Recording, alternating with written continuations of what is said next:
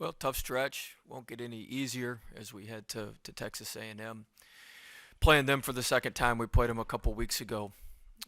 We played them a couple weeks ago here, and so it's obviously a lot different the second time you play somebody, especially on the road, as we saw when we went to Tennessee. So we're gonna have to be a lot sharper. They lead the league in turnovers forced and steals.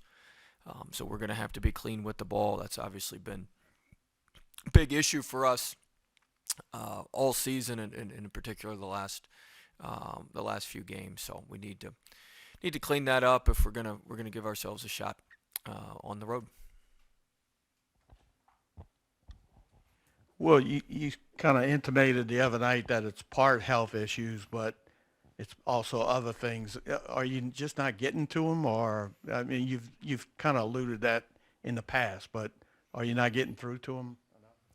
No, I mean, look, I mean we were in a great rhythm early, and we're out of rhythm, we're out of sync, and we've got to find something to ignite us to get us back in rhythm and get us back in sync. So the health is a big part, is a part of why we're not in rhythm and not in sync. But yeah, at the end of the day, I've got to. I mean, I certainly have to do a better job. I'm the one in charge of the program, and we've got to be better. We can't keep losing like this, and so I need to do a better job with the guys and putting the guys that we do have available into the best positions that they can be in. Um, I think that's very fair. But we're just limited. We're limited in options. If somebody does something wrong, sometimes I'd like to take them out, but I don't have a whole lot. We don't. There's just not a whole lot else to put in, and so that certainly slows down the process of fixing some things. Coach, recently we've seen several late game pushes that fell short. How do you find what's missing, and also how do you go about fixing what's missing? Well, I mean, the late game pushes have been great. I mean, that's the plus side is we don't give in and we keep fighting, but we can't let it get that deep. We can't against Vanderbilt we got off to a good start. It was 8-4. It was I think 11-6, and then we lost it. We lost it from about the 12-minute mark to the end of the first half, and we even at the under 4 we were down 11 or 13, and then it goes from that to 18 or 20 at half. We can't get it back down under 10, and so we have such a wide number to come back from that makes it very, very challenging. And so if we could minimize the damage, if we could minimize the damage early on and not and let it be a 8-0 run as opposed to a 16-0 run, then we'd probably reap some rewards from fighting back at the end. Over this recent stretch, is there anyone that you've seen, whether verbally or in practice, kind of step up into a leadership role, or anybody that you think needs to step up into that role?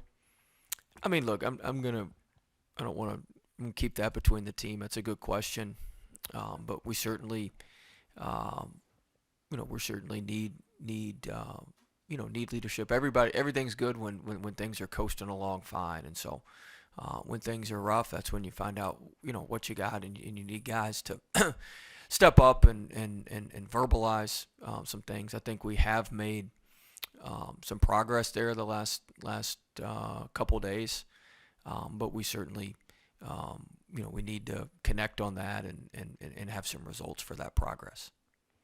In any of your head coaching jobs you've had, have you had a streak like this? Is there a reference point you can go back to say, how you turn this? No, I've never had this.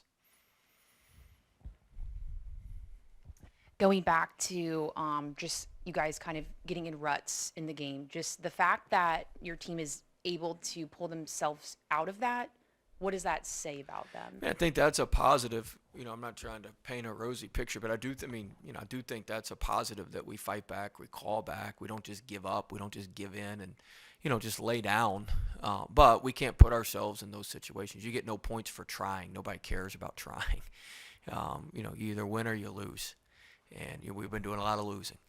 And so, you get no points for effort. Nobody cares about that. Can you get the job done? And we've got to put ourselves in better positions where when we have that fight, that we're not clawing back from so far. Basketball is a game of runs. Other teams are going to make runs. We're going to make runs.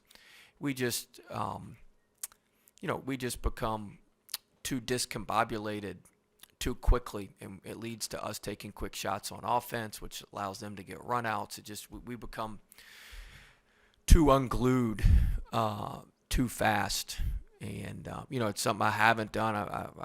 I'm probably going to do starting tomorrow. Obviously, is I'm not a huge fan of using a bunch of timeouts in the first half, but if we need to, like we're going to have to. I used the one when it got to 16-11 when they went on a 10-0 run or I think a 9-0 run.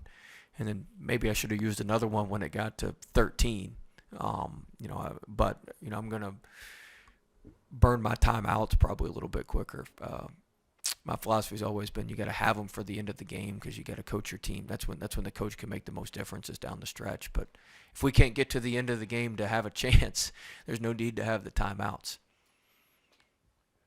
Well, Pinson, can you hope to get him back and close to 100% this season? And if so, how much difference will that make? Make all the difference in the world.